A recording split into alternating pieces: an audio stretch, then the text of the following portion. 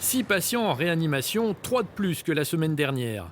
82 patients hospitalisés pour Covid-19. La deuxième vague est bien là à Chalon-sur-Saône. Pour la responsable du groupement hospitalier du territoire, il faut une meilleure coordination des moyens entre établissements. La plus grosse difficulté qu'on a, c'est pour augmenter le nombre de lits de réanimation, parce que ça demande beaucoup de personnel.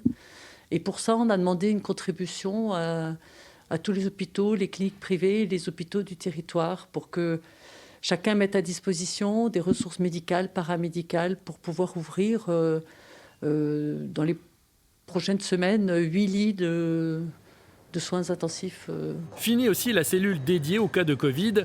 Les malades sont répartis dans les différents services de l'hôpital. Un protocole sanitaire strict limite les risques de contagion.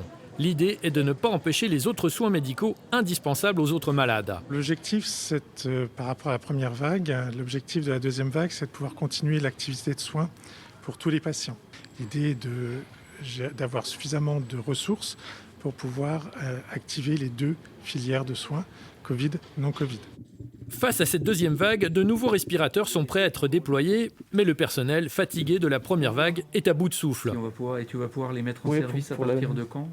La mise en service va se faire dans la semaine. Dans la semaine. Ouais. On est actuellement déjà à 120% de nos capacités de travail. Et donc, voir arriver une deuxième vague avec une suractivité supplémentaire, ça risque d'être très difficile. Avec l'arrivée de la grippe saisonnière, les équipes du centre hospitalier rappellent l'importance des gestes barrières.